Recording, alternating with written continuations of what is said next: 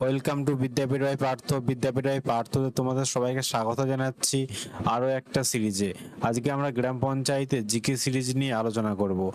আজকে যে প্রশ্নগুলো আলোচনা করব সেগুলো কিন্তু খুবই গুরুত্বপূর্ণ প্রশ্ন হতে চলেছে তোমাদের জন্য। তাই বলছি সবাইকে, তোমরা কিন্তু শেষ পর্যন্ত ভিডিওটা দেখবে এবং একটা লাইক এবং সাবস্ক্রাইব করতে ভুলবে না, কারণ অনেক কষ্ট করে তোমাদের জন্য ভিডিওগুলো বানাতে হয়। দেখো, প্রথম প্রশ্ন রেখেছি তোমাদের জন্য, পশ্চিমবঙ্গ পঞ্চায়েত আইন কোন সালে প্রণীত হয়? ঠিক আছে, এটা একটা খুবই ইম্পর্টেন্ট প্রশ্ন তোমাদের জন্য। মনে রাখবে কত সালে হয়েছিল: 1963, 1968, 1973, 1978। কি হবে সঠিক অ্যান্সার? মনে রাখবে পশ্চিমবঙ্গের পঞ্চায়েত আইন কোন সালে প্রণীত হয়েছিল, এটা কিন্তু 1973 সালে। ঠিক আছে, আজকে আমি শুধু এমসিকিউ বলে আলোচনা করে বেরিয়ে যাব, বেশি হচ্ছে আমি ডিপে আলোচনা করব না। ঠিক আছে, 73তম সংবিধান সংশোধনী কোন সালে পাস হয়? দ্বিতীয় নম্বর প্রশ্ন, 1985, 1992, 1996 না 2000? কততম কোন সালে হয়েছিল? মনে রাখবে 73তম সংবিধান সংশোধনের সাল পাস হয়েছিল 1996 সালে। ঠিক আছে, 3 নম্বর প্রশ্ন দেখো, তরুণের স্বপ্ন প্রকল্পে কি দেয়া হয়?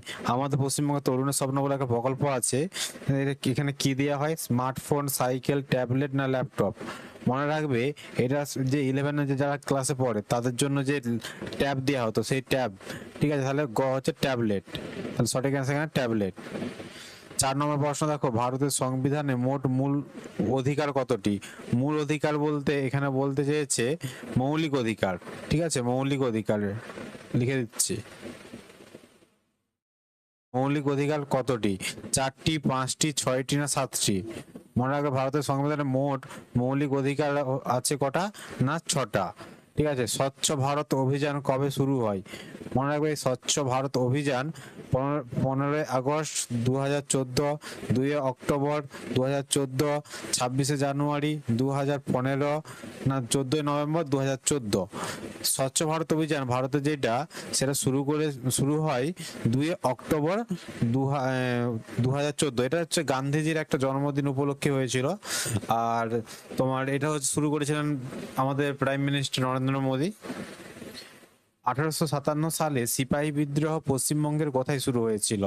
মনে রাখবে সিপাহী বিদ্রোহ যেটা ভারতের সবচেয়ে বড় বিদ্রোহ হয়েছিল, এবং যার অপর নাম কি বলা হয় বলতো? এই সিপাহী বিদ্রোহ অপর নাম অনেক ক্ষেত্রে বলা হয়ে থাকে মহাবিদ্রোহ। তো তোমাদের কিন্তু এটা আসতে পারে, আমি লিখে দিচ্ছি মহাবিদ্রোহ। ঠিক আছে, তো সিপাহী বিদ্রোহের জায়গায় মহাবিদ্রোহ আসতে পারে। তো মনে রাখবে কলকাতায় হাওড়া, ব্যারাকপুর না মেদিনীপুর? তো সিপাহী বিদ্রোহ যেখানে শুরু হয়েছিল সেটা হচ্ছে ব্যারাকপুরে। ঠিক আছে, এবং এটা শুরু করেছিল মঙ্গল পান্ডে, প্রথম শহীদ ছিল। মনে রাখবে মঙ্গল পান্ডে। ঠিক আছে, ভারতের বিভিন্ন জায়গায় বিভিন্ন ব্যক্তিরা এই যুদ্ধে তোমার হচ্ছে নেতৃত্ব দিয়েছিলেন। তার মধ্যে ব্যারাকপুরে মঙ্গল পান্ডে, এবং মনে রাখবে মঙ্গল পান্ডে হচ্ছে মহাবীরের প্রথম শহীদ।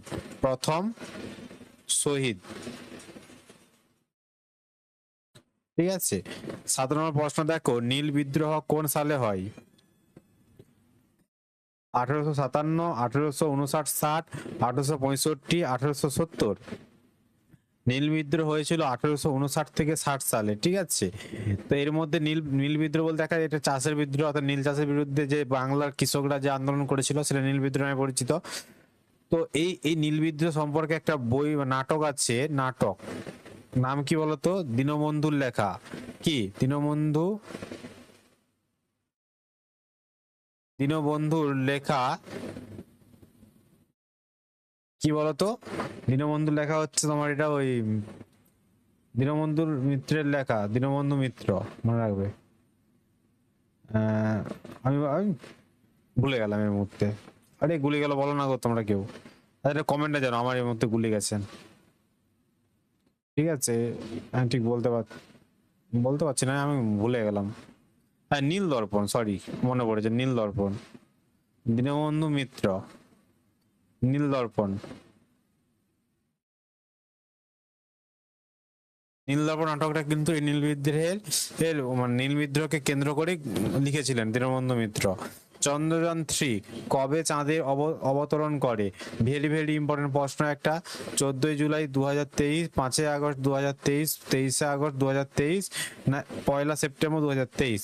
মনে রাখবে চন্দ্রযান 3 যেদিন চাঁদে অবতরণ করে সে ডেটটা ছিল কিন্তু 23 আগস্ট 2023। ঠিক আছে, পরীক্ষায় কিন্তু প্রশ্ন আসবে। আচ্ছা, জলের রাসায়নিক সংকেত কি? আমরা সবাই পারবো। জলের রাসায়নিক সংকেত কি বলার দরকার নাই। CO2 মানে কার্বন ডাই অক্সাইড, H2O মানে জল। তাহলে এখানে কি হচ্ছে সঠিক অ্যান্সার? H2O, অর্থাৎ জলের রাসায়নিক সংকেত হচ্ছে H2O। 10 নম্বর প্রশ্ন দেখো, মানব দেহে মোট হাড়ের সংখ্যা কত? তো মানব দেহে আমাদের মোট হাড়ের সংখ্যা কটা আছে?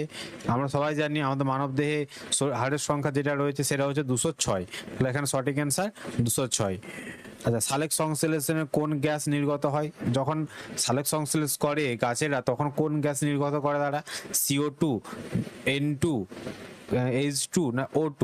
কার্বন ডাই অক্সাইড দ্বারা গ্রহণ করে, তাহলে গ্যাস নির্গত কোনটা করে? নির্গত করে O2, অর্থাৎ অক্সিজেন। আচ্ছা, টেলিফোন কে আবিষ্কার করেন? VVI একটা প্রশ্ন রয়েছে তোমাদের জন্য। টেলিফোন কে আবিষ্কার করেন? Thomas Edison, Alexander Graham Bell, Marconi না নিউটন? মনে রাখবে টেলিফোন আবিষ্কার করেছিলেন কিন্তু আলেকজান্ডার গ্রাহাম বেল। ওকে। ভারতের সংবিধান গৃহীত হয় কোন তারিখে? 15 আগস্ট 1947, 26 জানুয়ারি 1949, 26 জানুয়ারি 1950, 2 অক্টোবর 1948?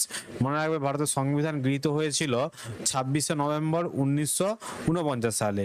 আর এটা গৃহীত হয়েছিল এই ডেটে, ঠিক আছে? আর এই ডেটে হচ্ছে কার্যকর হয়েছিল, কার্যকারী হয় সংবিধান। ঠিক আছে, মনে রাখবে। আচ্ছা, PMAYG এর পূর্ব নাম কি ছিল? রাজীব আবাস যোজনা, ইন্দিরা আবাস যোজনা, জওহর আবাস যোজনা না অটল আবাস যোজনা? তো PM অর্থাৎ যেটা প্রধানমন্ত্রী আবাস যোজনার নাম হয়েছে তার আগের নাম ছিল ইন্দিরা আবাস যোজনা। ঠিক আছে। গঙ্গা নদী কোন সাগরে মিলিত হয়েছে? অ্যাকচুয়ালি সাগর বলতে এখানে বলে দিচ্ছি, দীঘা তো কোনো সাগর নয়, বকখালি নদী, সুন্দরবন নয়, এটা গঙ্গা সাগর, যেটা হচ্ছে বঙ্গোপসাগরের। মনে রাখবে বঙ্গোপসাগর,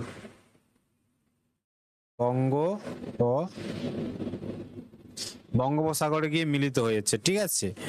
ভারতের নির্বাচন কমিশন কত সালে গঠিত হয়েছিল? নির্বাচন কমিশন মানে যারা ভোট আমরা গ্রহণ নিয়ে থাকে।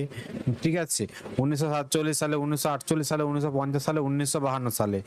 তো এই নির্বাচন কমিশন গঠিত হয়েছিল কিন্তু 1950 সালে, এবং এটা কিন্তু একটা সাংবিধানিক প্রতিষ্ঠান। ঠিক আছে। এটা ডান্ডি হবে, দান্ডি নয়, ডান্ডি যাত্রা কোন সালে হয়েছিল, যেটা গান্ধীজি করেছিল সবরমতী আশ্রম থেকে গুজরাটের?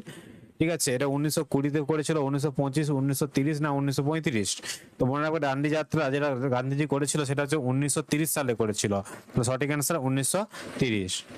18 নম্বর প্রশ্ন, বিশ্বের বৃহত্তম গণতান্ত্রিক দেশ কোনটি? বলো। আমেরিকা, চীন, ভারত, রাশিয়া? তো বিশ্বের বৃহত্তম গণতান্ত্রিক দেশ কোনটা হচ্ছে? গণতান্ত্রিক দিক থেকে মনে রাখবে বিশ্বের বৃহত্তম দেশের নাম হচ্ছে ভারত। ঠিক আছে। আর আয়তনের দিক থেকে এখানে বললে রাশিয়া সঠিক অ্যান্সার হতো। তো এখানে লিখে দিচ্ছি রাশিয়া আয়তনে।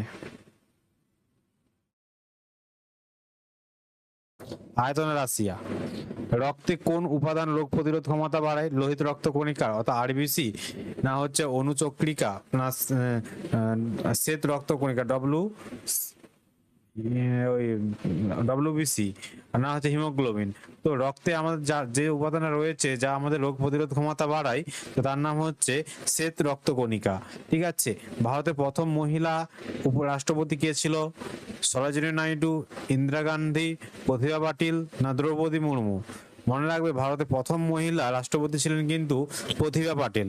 আচ্ছা, তোমাদেরকে একটা আমি হোমওয়ার্ক দিচ্ছি, যারা এতক্ষণ দেখেছো, তো আমাকে বলো, HW দিচ্ছি। ঠিক আছে। যে বর্তমানে রাষ্ট্রপতির নাম কি? বর্তমান রাষ্ট্রপতি সবাই বলে দেবে।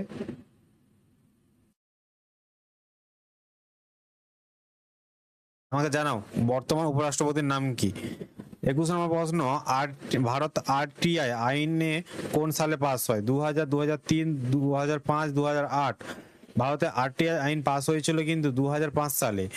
আয়ুষ্মান ভারত প্রকল্পে পরিবার পিছু বার্ষিক কত টাকা স্বাস্থ্য বীমা দেওয়া হবে? আয়ুষ্মান ভারতে যেটা হচ্ছে আমাদের স্বাস্থ্যসাথীর মানে ভারত পশ্চিমবঙ্গে যে স্বাস্থ্যসাথী আছে তার রিপ্লেসে এটা আসতে চলেছে। তো সেটা কত লক্ষ দেবে? 2 লক্ষ, 3 লক্ষ, 5 লক্ষ, 7 লক্ষ? অপশন অনুযায়ী এখানে 5 লক্ষ সঠিক অ্যান্সার। ঠিক আছে, তো আজকে ছিল এই প্রশ্ন। আশা করি ভালো লেগেছে। একটা লাইক এবং সাবস্ক্রাইব করতে ভুলবে না। পরের ভিডিওতে দেখা হচ্ছে। জয় হিন্দ, জয় ভারত, সব ভালো থাকবে।